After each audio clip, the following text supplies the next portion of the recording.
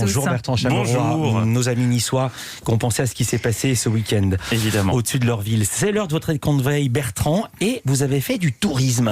Exactement, j'ai découvert une ville française qui a l'air incroyable. Il faut absolument qu'on y aille un de ces quatre. Tout y est sublime, on y mangerait à même le trottoir. Les jeunes femmes vivent dans des chambres de bonne de la taille d'un 3 pièces et ne prennent jamais les transports. Cette ville s'appelle Paris, c'est ça, Paris.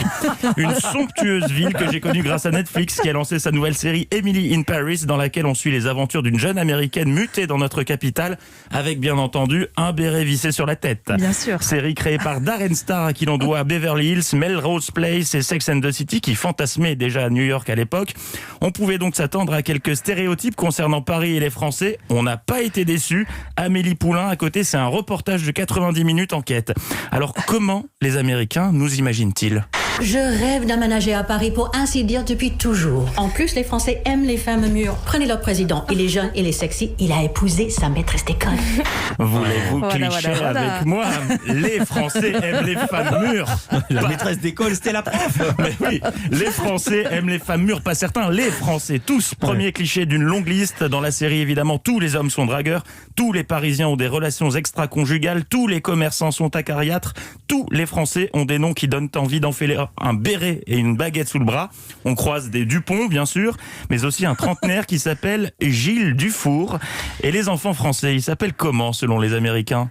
C'est tes enfants, les deux? Oh non, je suis leur nounou. Laurent! Laurent. Ah oui. Il a 10 ans et il s'appelle Laurent. Sérieusement, qui connaît un Laurent de moins de 40 ans dans ce studio ? Personne. Et puis, niveau travail, c'est la belle vie. Écoutez les horaires de boulot français vus d'Amérique. On est fermé? Oui, il y a une fête nationale que je connais pas parce que je suis devant depuis 2 heures et Qu'est-ce que vous faites là? je suis là depuis 8h30. Pourquoi?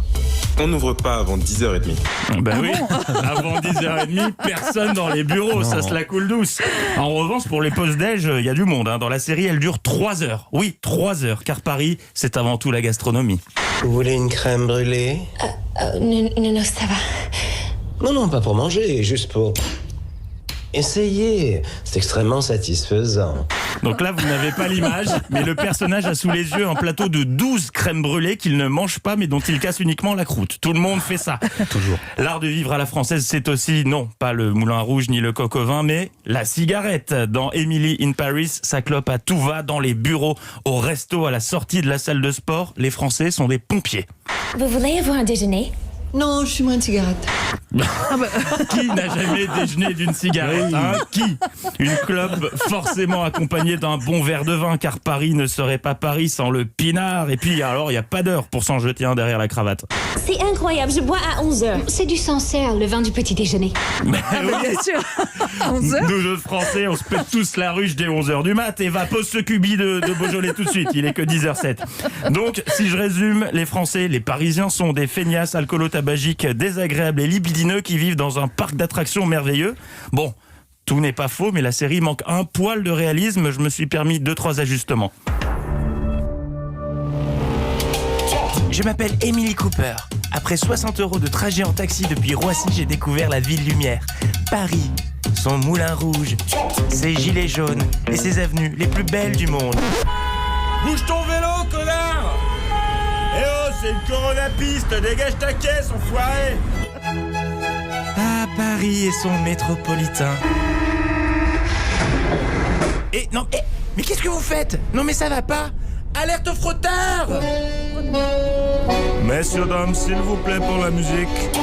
Ah, Paris et sa gastronomie.